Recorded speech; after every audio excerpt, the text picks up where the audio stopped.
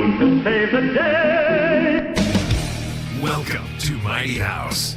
This is a show for people with problems, home improvement problems, that is, and for people who want common sense guidance on how to build green and live a more sustainable lifestyle. Send an email. The Mighty House crew is on the job. This is Mighty House.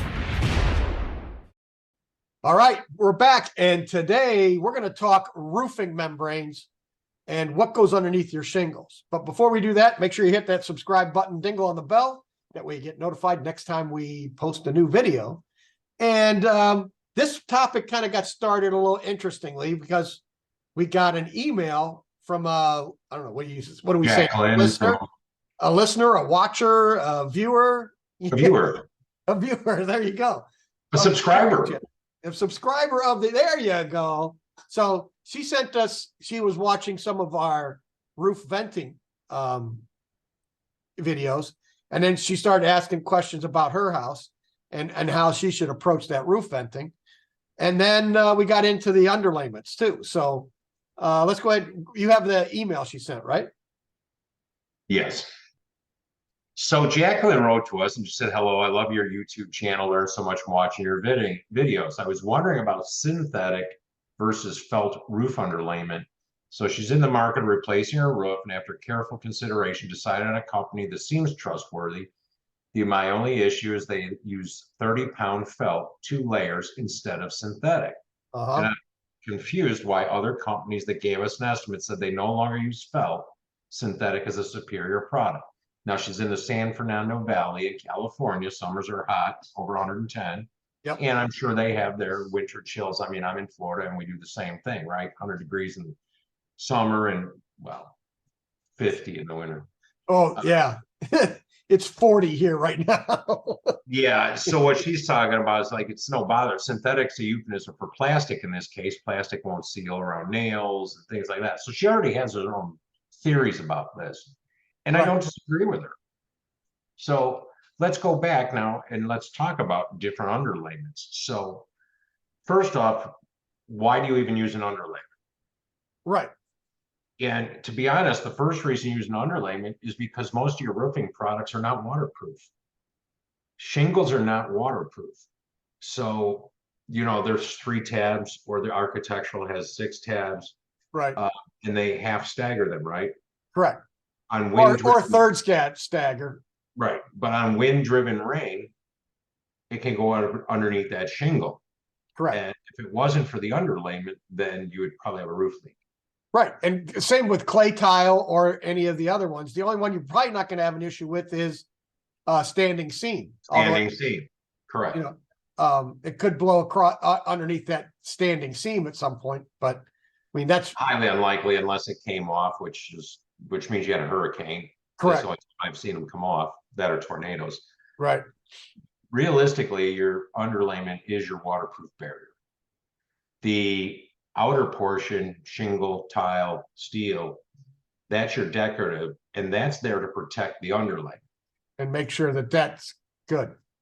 So the photo we got up right now, that is basically, I'll call it 30-pound felt, but it could be 15-pound felt.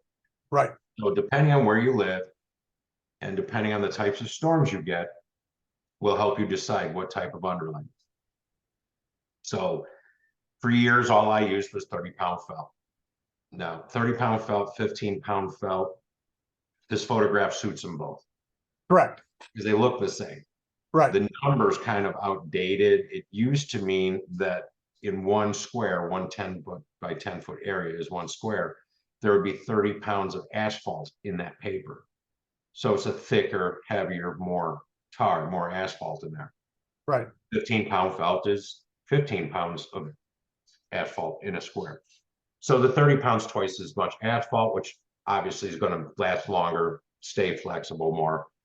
And that was the real key to it. It doesn't dry out. It stays, you know, when it got hot, like Jacqueline's saying, if it's 110 degrees, Yeah. it's not going to go liquid, but it's going to become soft again and actually help seal, Right. help stick. So, Right. And I prefer the 30 because it's thicker, it's heavier. When you're walking on it, you don't tear it up. 15-pound felt seems to always rip when, you know, when you catch something the wrong way and it rips. So we just use the 30-pound felt. Right. So in this photo, what's also nice is that it shows how you lay this, right? Yep. Start at the bottom, roll it out. There's usually a line on there that you can follow that's printed on. And Right. then you just roll them all out. And then that way your lap is correct. And again, nailing cap nails. That's what these are. These are cap nails. And this is the bottom, and then this is working towards the top of the roof. Right. So this one is over this one. This roll is over this one. This roll is over this one. So you overlap them. Any water that gets here can only go down to the next one below. Right. That's and how keeps everything out of it. So those are your basic natural products, right? Or whatever you want to say, old school.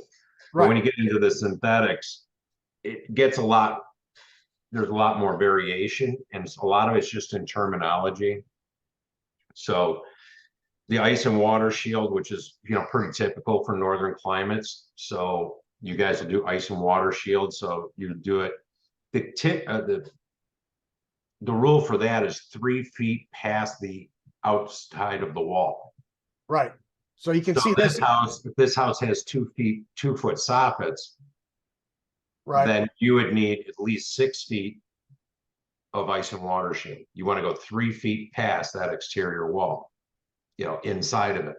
right. So they're doing the eaves, they're doing the soffit, they're doing the valley, any place that you could get an ice dam where water could back up underneath the shingle. Because like we said, it's not waterproof. So this is what's protecting your roof.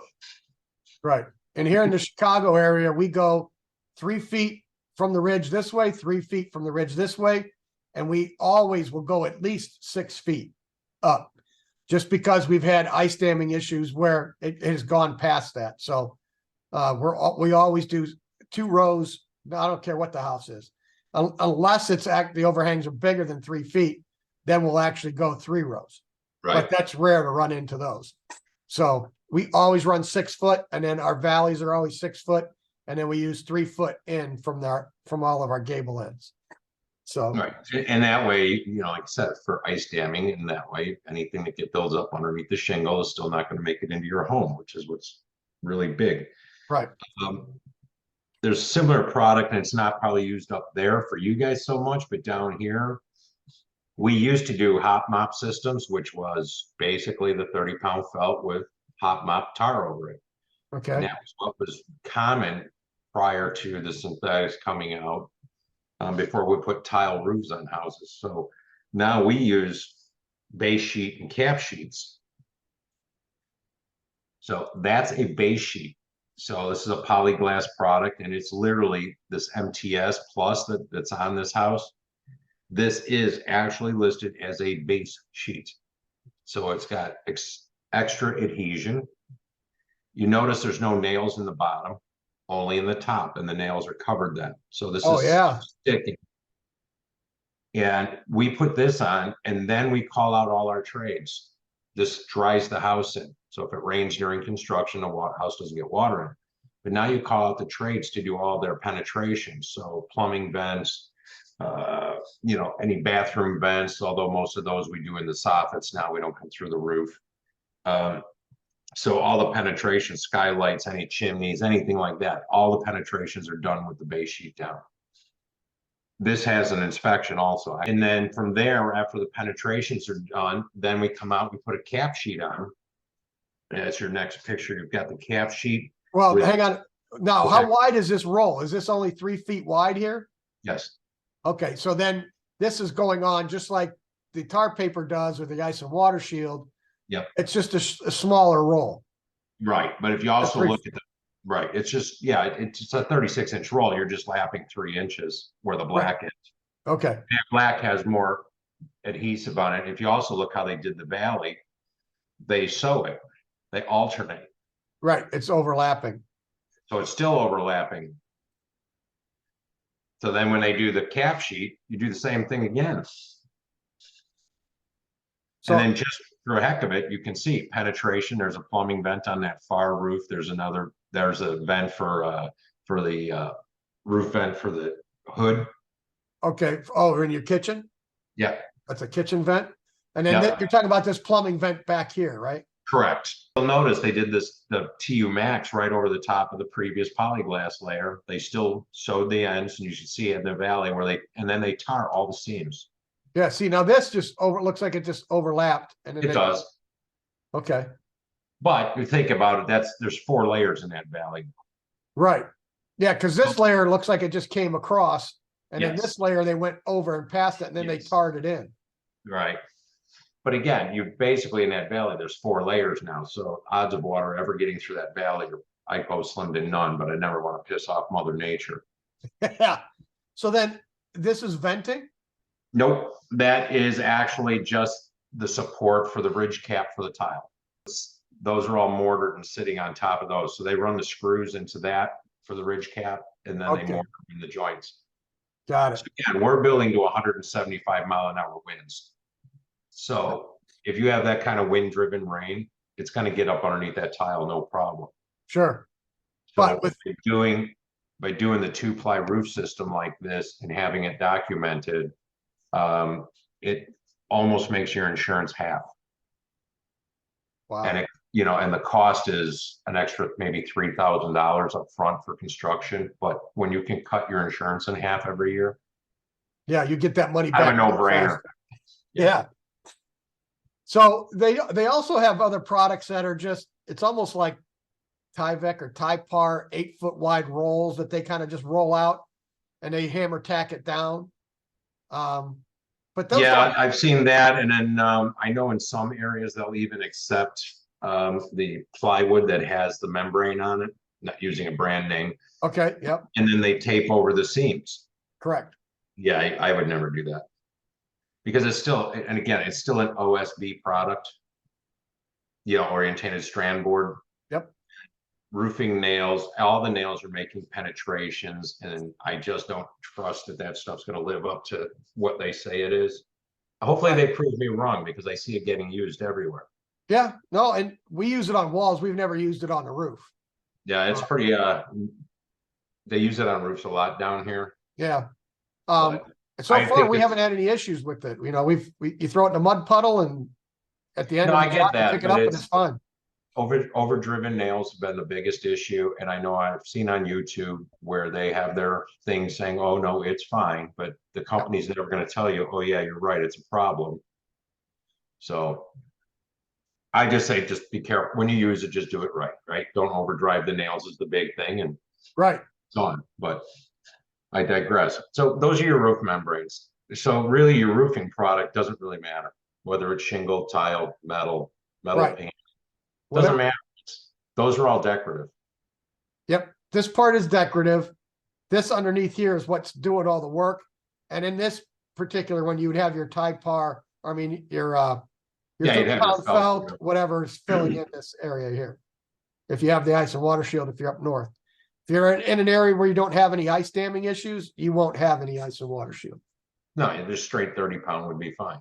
Yep. Yeah, even when we did cedar roofs, cedar strip or cedar shake roofs, use 30-pound felt, 12-inch rolls, and you put a layer after every row of shakes. Right. Yeah. So basically, because think about it, what's a hand split shake? Is that going to be waterproof? No. Not a chance in hell, right? It's No. a 30-pound felt. So. No, that's it. So Jacqueline, when you watch this, yes, you are correct. Or your roofer's okay. The synthetic is all fine and dandy, but 30-pound felt's been around for a long, long time, and I think it'll outlive your decorative portion, your shingle or whatever. Yep. Yep. Usually when we're ripping up a roof, the 30-pound felt underneath it is absolutely fine. Right. And all those nails are going to seal up around that, which it can't happen with A lot of the synthetics, there's no lot of- rubber bands to them. right.